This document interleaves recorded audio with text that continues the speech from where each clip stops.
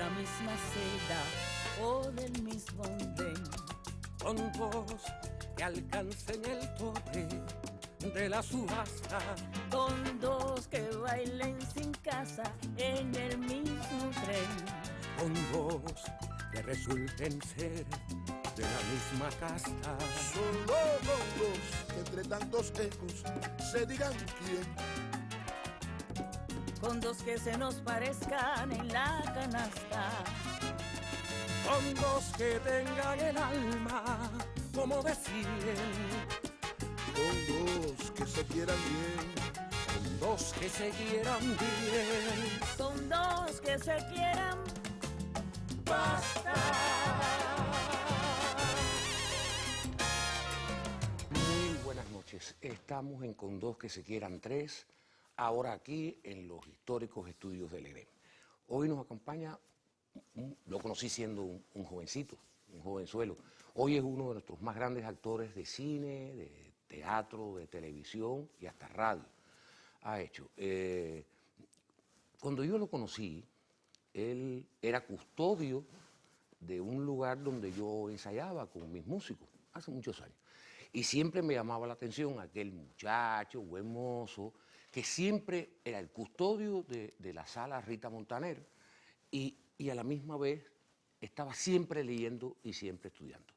Espero que lo siga haciendo. Mi amigo Héctor Noa. ¿Qué tal? Presentación. ¿Qué tiempos aquellos? ¿Qué tiempos, no? Hace muchos años de eso. Muchos años, eso fue entre el 83 y el 88. Madre mía. Mientras estaba en Elisa estudiando yo. Ah, eso que estabas haciendo era preparándote. En Elisa. No, ya estaba estudiando en Elisa. Ya estabas estudiando sí, en Elisa. Sí. ¿Y entonces por qué tenías ese trabajo? Sí, claro, sí. No, yo venía de graduarme de la Academia Naval. Bueno, eso fue una historia muy larga, muy compleja. Ya era piloto de altura, ya yo me había graduado, ya yo no quería navegar. Yo ya había hecho un curso de actuación con el maestro Enrique Pineda Barnet. Yo había descubierto mi vocación por la actuación. Y la única forma de poder entrar al Superior de Arte era estar vinculado a un organismo de cultura. En ese caso, la única posibilidad que había en ese momento era, para yo dejar la Marina, era irme para para Unidad Central de Servicio. Yo no quería pedir la baja porque implicaba perder el vínculo laboral. Entonces, por traslado, la plaza que me ofrecía el ICAI, que era asistente de producción, era por contrato, no podía irme por traslado. Y resulta que cuando voy a pedir la prestación de servicio del ICAI, había caído el cálculo económico del ICAI con la película Cecilia, y me quedé en el aire, me quedé teniendo que realizar el trabajo en la Unidad Central de Servicio, dando pico y pala, dando en el acuario, en el convento de Belén, donde fuera. Estuve 8 meses trabajando ahí, hasta que pude entrar en el ICAI, como la única plaza que había era de custodio en el ICAI. Eso me permitía estar vinculado a un organismo de cultura y poder hacer el examen de ingreso al Superior de Arte. Cuando lo hice, bueno, pude entrar al Superior de Arte finalmente. De forma condicional hice la prueba porque hasta que había que ver si la Academia Naval articulaba con Elisa, que era una especialidad de letras. Otra época también, cuando quien quería ser actor no podía decir un texto en cámara si no estaba evaluado o estaba graduado de una escuela de arte. Claro. Entonces yo estaba obligado a estudiar en Elisa o estudiar en la ENA o donde fuera para poder ser actor. Pero tú fuiste extra en Cecilia. Sí, extra, pero los extras no hablan. No, claro, por eso, como no hablabas, no había problema. Yo empecé como extra, ahí fue donde yo descubro toda esta historia, ahí es donde yo conozco a Enrique Pineda Barnet en la escena de la tertulia Isabel Lincheta, es que se hizo. Todo el mundo estaba en esa estaban película. Y en la tertulia Isabel Lincheta se hizo con intelectuales reales. Ahí estaba Pablo Armando Fernández, estaba Enrique Pineda Barnet, Miguel Barnet, Eliseo Diego, había, bueno, los intelectuales importantes de la época ahí. Sí, ese fue como tu debut cinematográfico. El Cecilia, sí, cómo no. Ahora, y entonces, nada, yo estaba de custodio en el ICAI, pero yo terminaba a las 7 de la mañana, cogía mi bicicleta, la bicicleta que todavía tengo, es la misma bicicleta que tengo. La que por poco te mato hace poco. Esa, sí. La bicicleta esa que es la misma del año 82. Yo llegaba a Lisa desde la noche entera de guardia, yo tenía que hacer las clases a veces de pie porque me quedaba rendido en el aula. Y María Elena Ortega, que era mi profesora de actuación, que era directora del grupo Rita Montaner, me dijo, te vas a volver loco, no puedes, no vale la pena. Entonces ella creó la plaza de custodio en el Rita Montaner que me permitía estar ahí tranquilo por la noche, poder estudiar, que los compañeros míos fueran a ensayar allí y podía echar un pestañazo en algún sofá en algún momento de la noche sin Bueno, riesgo. así te conocí. Yo leí muchas entrevistas tuyas, las que yo conseguí, las que un amigo común me enviaba. Y yo estaba buscando como una tragedia en tu vida. Esa cosa que tú, siempre los actores, los poetas, los pintores, los bailarines, siempre tienen drama, ¿no? Dentro de sus vidas. Pero la impresión que yo tuve cuando yo leí todo es que tú eres un hombre que ha sido muy feliz. O sea, no te faltó el trabajo, tienes trabajo en el presente, los planes para el futuro son maravillosos, películas van, películas vienen. En realidad, todo eso que tú cuentas en las entrevistas es absolutamente cierto. Lo que yo cuento en las entrevistas es absolutamente cierto, pero mi vida está llena de drama desde que me fui de mi casa a los 16 años en Holguín. Fue a pasar trabajo, pasar necesidades en la Academia Naval con 16 años. Yo vine pensando que iba a una escuela donde todo era, en la captación que nos hicieron para la Marina, eran los buques escuela, el malecón, con las muchachas, los uniformes. Eso es lo que yo quería hacer en ese momento. Con 16 años los objetivos cambian según pasan los años y uno va enriqueciéndose con la experiencia de la vida. Cuando yo descubro, cuando llego a La Habana, que veo que el autobús la escuela no es en el malecón, que no hay un buque escuela, sino que el autobús sigue por una carretera para allá y llega al Mariel y empezamos a subir una loma donde hay unas postas militares y yo con mi melena rubia, que tenía pelo cuando aquello, nos forman ahí en el polígono y viene un muchacho vestido de verde olivo y dice el jefe de batallón, él es lo que ustedes serán dentro de un año. Y dije, ¿cómo? Pero esto es militar. Yo me enteré en ese momento que era militar, que iba a ser militar. Claro, era una carrera, era piloto de altura de la Marina Mercante. Mientras estudiaba iba a ser en la escuela militar, luego iba a ser civil. Pero no tenía idea de cómo iba a ser aquello. Pero ¿cómo se explica lo de piloto de altura? Porque yo le he comentado lo de piloto de altura y me dicen, pero bueno, la gente piensa en Piensa piloto en el avión. de No, avión. Piloto es de altura porque es navegación por las estrellas, y es piloto porque eres el del barco, que estás piloteando la nave, que en este caso es un barco.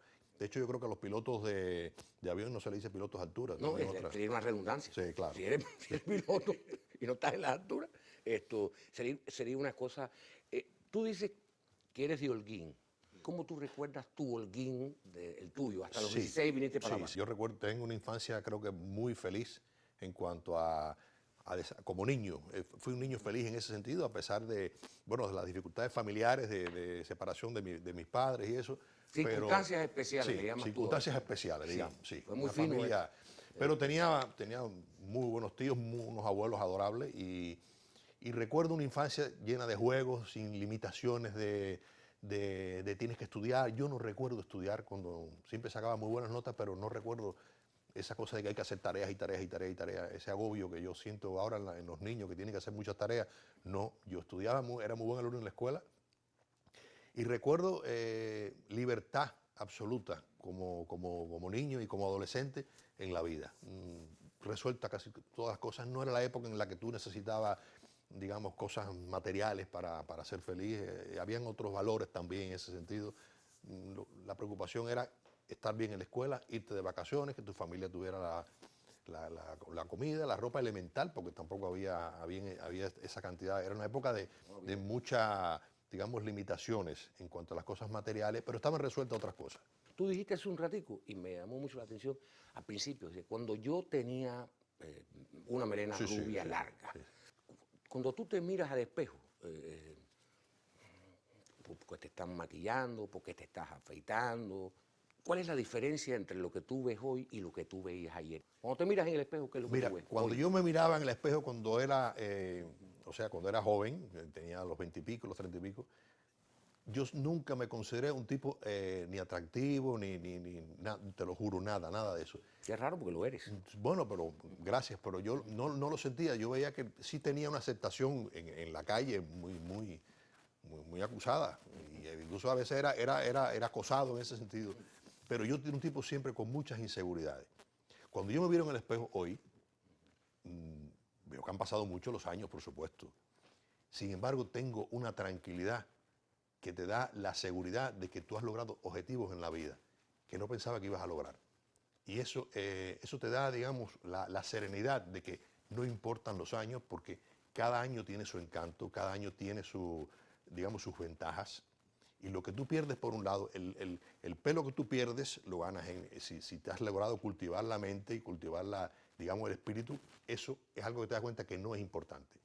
Yo nunca nunca me dieron un personaje porque tuviera pelo. Por lo tanto, si me lo quitan porque no tengo pelo es porque realmente no es mi culpa.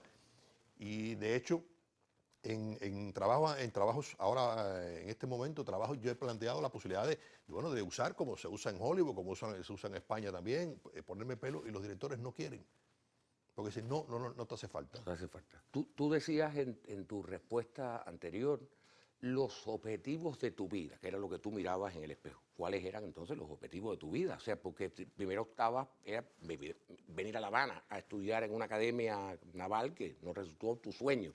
Pero tú tenías un súper objetivo, evidentemente, si no tuviéramos en esta entrevista hablando de arte. Mientras estuve estudiando en la Academia Naval, que ya te digo, yo descubrí que realmente mi vocación no era esa. No, yo después no me visualizaba en el futuro y decía, yo aunque sea capitán de barco, eso de móntate en un barco, vas a conocer países, a mí me gusta conocer otras realidades, me gusta, pero la mecánica, tuve prácticas, estudio en los barcos, me di cuenta que no era el ambiente que me gustaba, que había dentro ahí, estaba la semilla del actor ahí. De hecho, eran mis juegos infantiles favoritos, eran las cosas de actuación, hacer los personajes de las aventuras, hacer las capas, hacerle yo mismo las espadas, los escudos de los vikingos y todo eso. Y entre mis objetivos, que más bien en esa época era un sueño, era ser actor. Pero lograr ese sueño era algo para alguien que viene digamos, de una familia donde no hay artistas, digamos, profesionalmente, donde no hay un apoyo en ese sentido. No me refiero a que te vayan a enchufar, sino que tú sientas el apoyo de la familia que te impulsa a eso, porque comprende la carrera del actor. Yo eso no lo tenía. Todo lo contrario, lo que tenía era que mi familia lo que decía, la estabilidad, haber hecho la marina mercante, o ser médico, o ser abogado, y a mí lo que me gustaba era eso. Realmente, cuando pienso en los objetivos es ser actor y lograr ser un buen actor. Porque yo en la primera etapa, después que me he graduado del Superior de Arte ya, con medalla de oro, con diploma de honor y todo eso, los primeros trabajos que yo hice, que salieron en la televisión, a mí me provocaron un sentimiento de frustración tan grande que yo dije, si esto es lo que es ser actor y mi futuro va a ser yo voy a renunciar. Como si renuncié a la Marina, renuncio a ser actor y busco otra forma. ¿Qué no te gustaba? ¿Cuáles de los papeles? Los resultados que veía, por ejemplo, vi Una Aventura, que fue un desastre cuando yo me vi con una peluca de época de la corte del rey de Francia y todo muy falso y todo muy de cartón. Y yo me sentí un sentido de frustración y me puse una meta. Yo dije, si mi próximo trabajo en la televisión, porque en el cine ni pensarlo en ese momento, era muy difícil. No estaba en ningún grupo de teatro en ese momento, también era difícil entrar en un grupo de teatro. No es lo que yo quiero, no veo otro horizonte que me estimule de verdad, yo dejo la actuación. Y mi próximo trabajo fue un trabajo con Eduardo Moya, que era la serie de Tu sueño, mi sueño, donde el personaje era un polaco. Yo hice esa serie temblando porque me estaba arriesgando no solamente esa serie, sino yo sabía que me estaba arriesgando mi futuro, el futuro mío como actor. Sobre todo tu futuro contigo mismo, claro. Que es la gran batalla. Y lograr que ese personaje me abriera a mí un universo, que fuera conocido por eso públicamente. O sea, se me empezaron a abrir las puertas, se me empezaron a abrir las opciones. Yo dije, bueno, pues entonces voy por buen camino. Esa es una meta que logré. Tú has declarado que tu primera experiencia teatral sentiste mucho miedo. ¿Lo has dicho alguna vez? Sí. ¿Cuál fue? Y hablemos de ese miedo. Sí, ese miedo fue profesionalmente. Fue ya, cuando niño hice teatro, en la Marina hice teatro aficionado, pero bueno, aficionado, no es lo mismo. No es lo mismo. Ya graduado Elisa, gracias a haber hecho ese personaje del polaco, yo era el año 90 y fui a ver una trilogía de teatro norteamericano la trilogía de Tennessee Williams, ¿no? En la Covarrubia de Tennessee Williams por Carlos Díaz. Y yo me quedé fascinado con lo que vi ahí. Y dije, ¿cómo yo podría hacer este tipo de teatro, trabajar en esto? Casualmente yo estaba haciendo una serie y estaba Perú Borría conmigo trabajando. Y Perú Borría me dice, oye, Carlos Díaz te adora como actor, piensa que tú no... Yo le dije que tú eras un actor cubano porque mucha gente pensaba que no eras cubano, que era un actor que se había invitado a trabajar ahí. Y yo dije, no me digas eso. Y un día, Carlos Díaz se me aparece en mi casa y me dice, yo quiero trabajar contigo. A mí se me abrió así el cielo. Es como que Carlos Díaz, lo que yo quiero hacer, viene esta persona a hablar conmigo. Y bueno, le dije, no, pero me decía, el que está loco por trabajar contigo soy yo. Y la opción que él me dio para hacer era la obra El Público de Federico García Lorca. Una obra muy importante, pero muy difícil. Yo no entendía muy bien la forma de hacer del teatro. Yo veía el teatro más bien como algo realista, más costumbrista, más... Y Carlos Díaz es un director espectacular. Y la obra del Público era una obra que él la quería hacer, pero a todo trapo, así, como fue realmente. Yo reconozco que yo estaba de miedo, temblando todo el tiempo, porque él me pedía que no fuera, que me olvidara un poco de la naturalidad, que me olvidara un poco del realismo que yo había estudiado en el ISA con Marilena Ortega, una profesora graduada de una escuela en Moscú. Era Stanislavski puro, pero del realismo más puro. Y él me pedía el vuelo, la imaginación, digamos, la teatralidad, por así decirlo. Y tuve mucho miedo durante ese estreno. Oye, además, esa es la obra póstuma de Federico García Lorca, que además se queda en casa de... Se la deja a Carlos Manuel Loinaz y Carlos Manuel la echa a la candela. Una obra muy difícil porque es una obra una obra surrealista donde los personajes tú no puedes hacerlo pensando lógicamente. Tienes que pensar cada momento qué es lo que está pasando en ese momento, que no tiene nada que ver con la lógica anterior, porque es todo lo que pasa en la cabeza. Él me propuso el protagónico, que era el director de teatro, y es todo lo que pasa en la cabeza de ese director momentos casi antes de morir. Entonces, con escenas maravillosas. Toda la escena final es una escena de las cosas en teatro que yo he visto más... Es una obra que uno no sabe, cuando uno ve la puesta teatral de Carlos, uno no sabe dónde termina Lorca y dónde empieza Carlos y viceversa. Es bien complicado. Pero eso del terror, digo, ¿era miedo o era terror? No, miedo. Era miedo y era inseguridad también. Pero ahora, por ejemplo, digo, para volver al tema del miedo, que siempre me llama tanto la atención, ¿todavía tú sientes temor de asumir ciertos personajes? Porque, por ejemplo, en una entrevista que tengo aquí, tú dices... La película en la que más he trabajado en toda mi vida ha sido Sergio y Sergey. Dices eso, pero después por otro lado dices que pensaste decir que no. Sí, cómo no. El miedo tiene que estar siempre, porque el miedo es la inseguridad que tienes a hacer un trabajo que te significa un reto. Pero el reto en sí es lo que a mí me estimula como actor para hacer un trabajo. Cuando Darana me propone hacer esa película... Con quien habías hecho 2 películas antes, ¿no? 2 películas antes y su ópera prima en televisión, que es La vida en rosa, que es también... O sea, y había hecho con él también, que fue donde yo contacté con Darana la primera vez, que era codirector con Charlie Medina de un teleplay que se llamaba El hombre de Venus, un trabajo que yo quiero muchísimo. Cuando él me va a mi casa y me propone lo del Sergio y Sergey, porque se suponía que esto iba a ser una coproducción y que el Sergey lo iba a hacer, digamos, un actor ruso. Y él me dice, yo quiero hacer la película esta y yo quiero que tú hagas el Sergey. Yo dije, bueno, vamos a hablar, sí. Yo pensé que cuando él me cuenta lo que él quiere con la película, yo empecé a pensar cómo yo voy a lograr esto. Porque era no solamente un trabajo de simulación de la ingravidez que implicaba un entrenamiento físico muy fuerte. Sí, pero tú eres muy de ejercicio, es decir, tú eres una persona Soy de entrenamiento, pero tengo una vulnerabilidad, que yo tengo una compresión entre la cuarta y la quinta vértebra lumbar, con lo cual las sacrolumbalgias pueden ser inhabilitarme. Y en este caso, en esa película, al estar colgado por cuerdas, imagínate que yo me cuelgue ahí y diga, no, ya, no puedo seguir. Y lo otro era lo del ruso. Yo había dado nociones de ruso en el primer año en el ISA, con lo cual lo había olvidado, porque como yo en aquella época decía, ¿para qué yo quiero dar ruso si yo nunca voy a actuar en ruso? Claro, ¿para qué te sirve? Y se me borró aquello. Un error, eso es un error, porque uno nunca debe subestimar el conocimiento y mucho menos el conocimiento de una lengua, porque nunca sabes a dónde vas a llegar. Y las lenguas te trabajan en una zona del cerebro importante.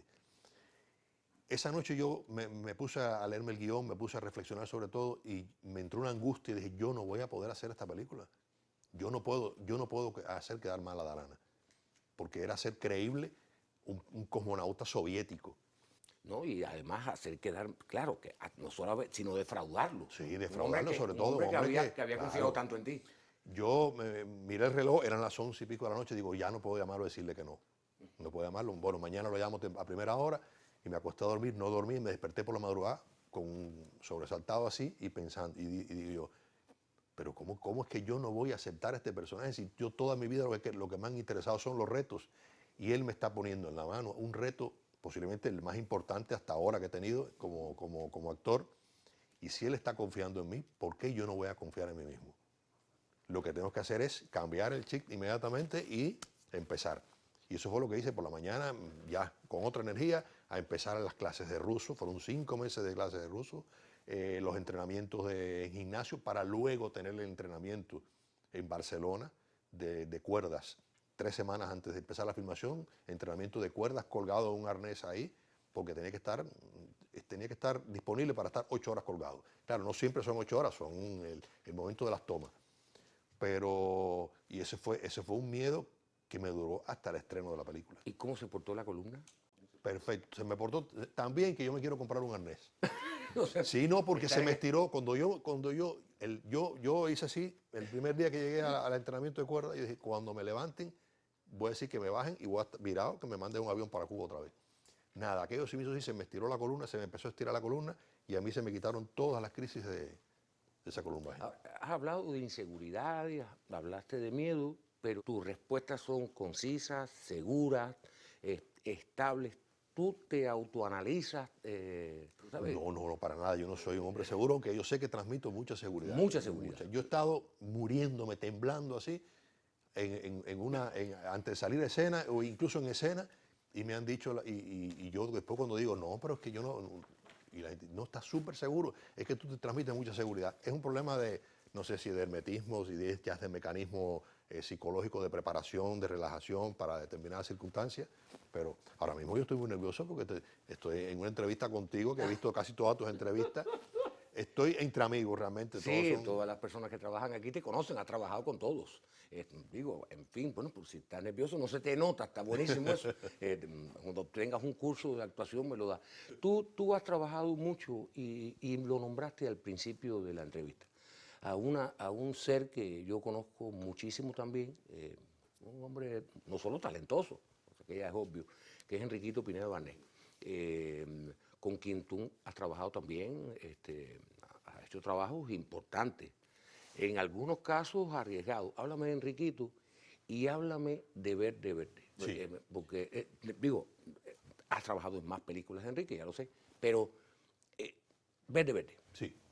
Enrique es el padre que la vida me puso en el camino. Es la persona que me guió desinteresadamente, siendo yo un joven, siendo él ya un profesor de actuación importante. Él fue mi primer maestro de actuación en un curso en el ICAI que se daba para técnicos y para personales cercanos al ICAI, algunos figurantes. ¿Pero cómo llegaste a ese curso? Porque Yo llevo a ese curso porque en las conversaciones durante la tertulia Isabel Lincheta, que estaba él, yo tengo una familia que vive enfrente a su casa. Y cuando me da dirección, le empiezo a hablarle que yo tengo una familia que vive enfrente a tu casa ahí. Fue una persona con una energía tan positiva, yo lo sentí tan positivo, tan dispuesto a ayudar, tan interesado en qué es lo que realmente me interesaba a mí en la vida. Y me propuso empezar ese curso de actuación que iba a comenzar 10 días después de terminar la filmación de la tertulia Isabel Lincheta. Ahí yo descubrí que realmente lo que me interesaba a mí es ser actor. Él me ayudó en la preparación o sea, con la escena que yo me gradué en ese curso, fue la escena que yo presenté en el Superior de Arte para hacer el ingreso, el examen de ingreso. Ha sido una persona muy crítica conmigo desde el principio, con mi trabajo. Pero eres dulce, te hace las críticas dulces. Pero no, ha sido enérgico, así, otro Enriquito, fuerte. Yo conozco otro. No, yo no creo en eso, eso está mal, eso ha sido fuerte. Lo que pasa es que también ha venido la parte estimulante también cuando ha habido cosas muy positivas. Y a partir de que hicimos un trabajo que se llamaba First, que era un cortometraje de 10 minutos, que esa es una de las cosas que más me ha influido a mí como actor, porque yo pude poner en práctica por primera vez las cosas que yo había aprendido con mi profesora en Elisa. Establecemos una comunicación actor-director muy importante. Cuando se fue a hacer, después hicimos varias cosas. Yo en la Vía del Alambre hice una cosa muy pequeñita, después hice La Anunciación también, que es un proyecto largamente, porque él estuvo casi 18 años sin filmar en Cuba. Y él me habla una vez de un proyecto de Verde Verde, un proyecto que él tenía en mente hace muchos años, que iban a ser otros actores, iban a hacer esos dos personajes, el de Carlos y Alfredo. Lo que pasa es que a la hora de hacerse la película posible, con la coproducción, ya esos actores no estaban en las edades que él quería. Y entonces me da el guión y me dice, mira, yo quisiera hacer esto contigo.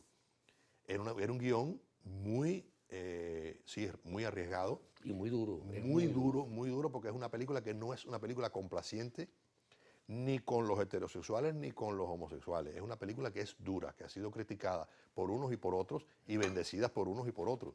Pero era una película donde él quería que sobre todo estuviera la verdad. Y eso para mí es muy importante como actor, dar la verdad sobre los personajes. Y creo que era una película muy importante y yo la hice con toda el alma la película, porque además se la debía a él también. Era un riesgo muy grande a mí como actor. 2 actores solamente, 33 días encerrados en una sola locación. Había que estar muy concentrado, había que estar con las cosas muy claras para hacer eso. Y Verde Verde para mí es una película que estará en mi currículum como algo muy importante. Pero realmente. esa película, Verde Verde, tiene diálogos, hay momentos en que el personaje que tú encarnas dice cosas que no tienen absolutamente nada que ver con el Héctor Noa que uno conoce. O sea, quiere decir, hay momentos de una violencia no solo física, sino verbal. A mí me afectó mucho la película, incluso más por el diálogo que por lo que se ve. Bueno, al final. Bueno, yo el diálogo no lo sentí tan. ¿No lo sentiste? No lo sentí. De hecho, incluso en la escena de sexo ni siquiera es desnudo.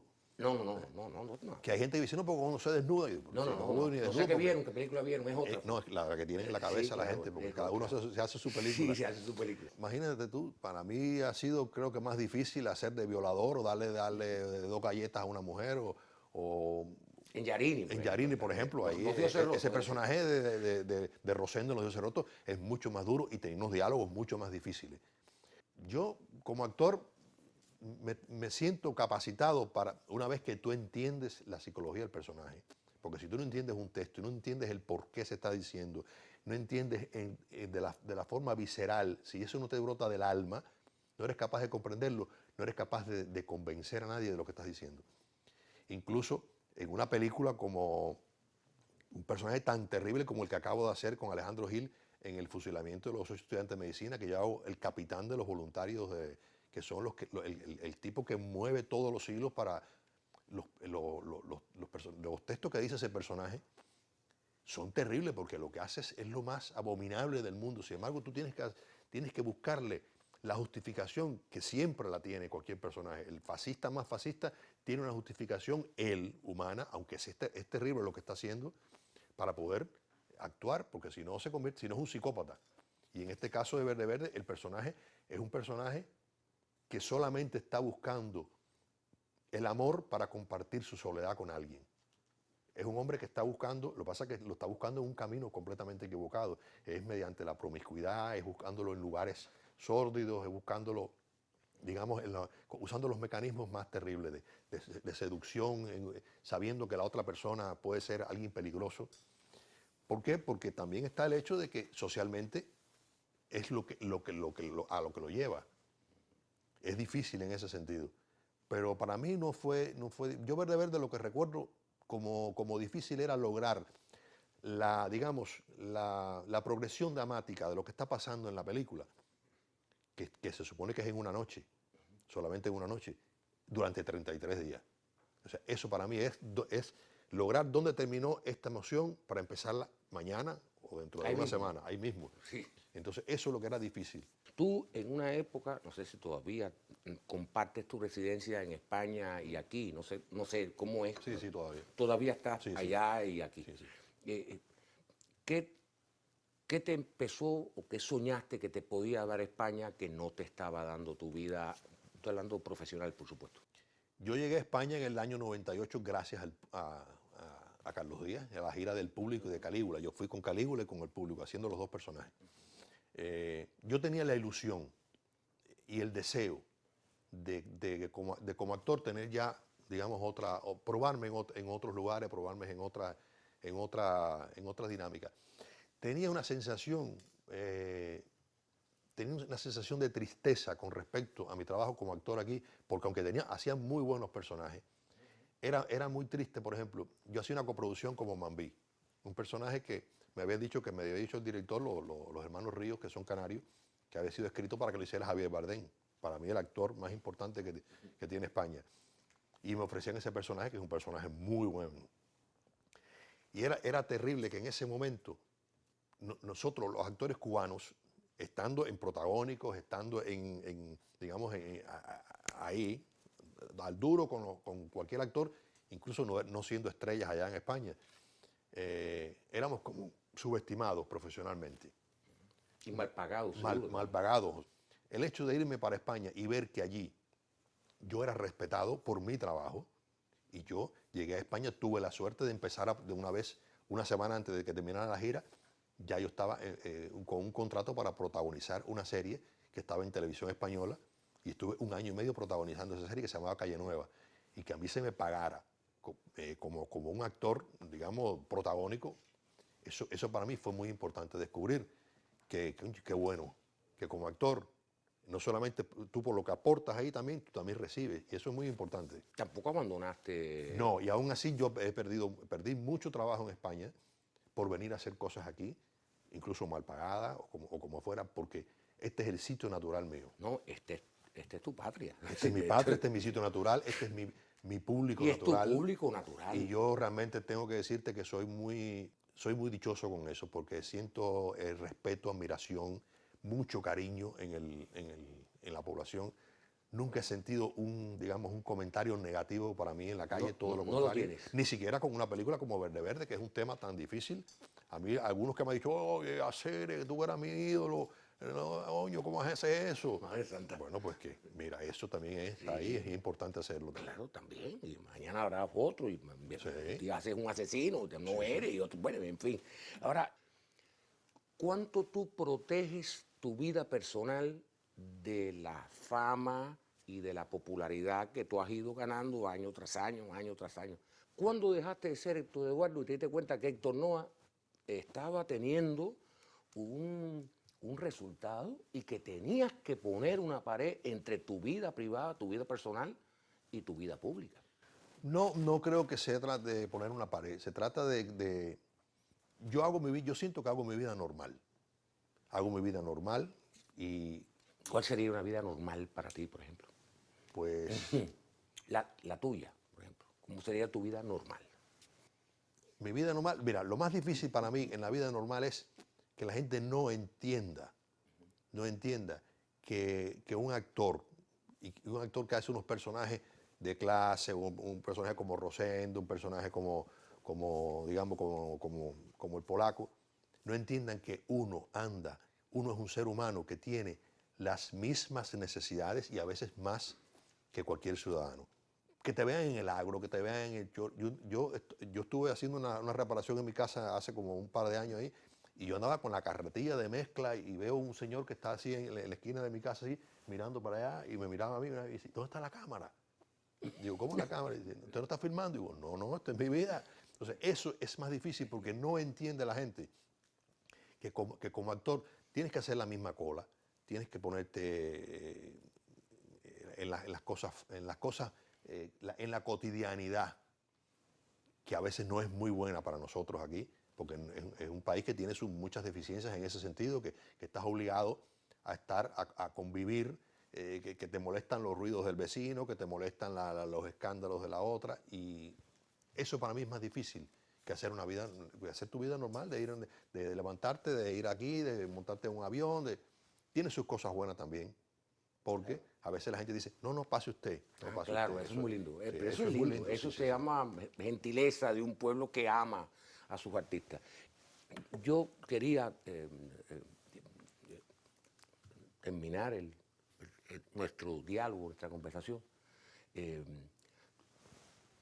Parecería a quien te está mirando esta noche, conmigo aquí en la televisión, que tú tenías un destino que fue llevarte hasta donde tú estás en tu carrera, quiero decir, pero que no planificaste mucho el futuro. O sea, es diferencia entre planificación de futuro y destino, como tú lo ves. No planificación, pero sí,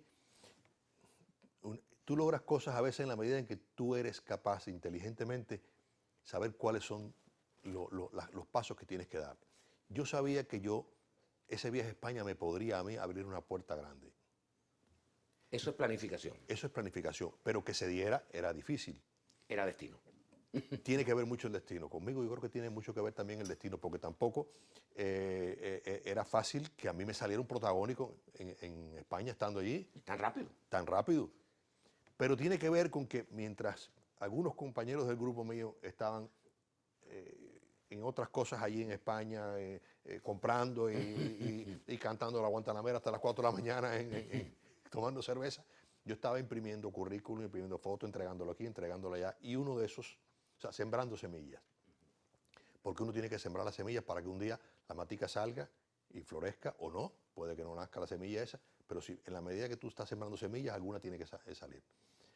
Y en ese sentido yo creo que yo sí he dado pasos coherentes con respecto a lo que yo quiero, mi objetivo en la vida, que ha sido, digamos, mi primer objetivo en la vida, es labrarme un futuro, que mi profesión vaya adelante siempre, aunque implique renuncias a relaciones personales, renuncias a familiares, renuncias a cosas vitales también, porque en ese sentido uno tiene un destino y otros tienen otro.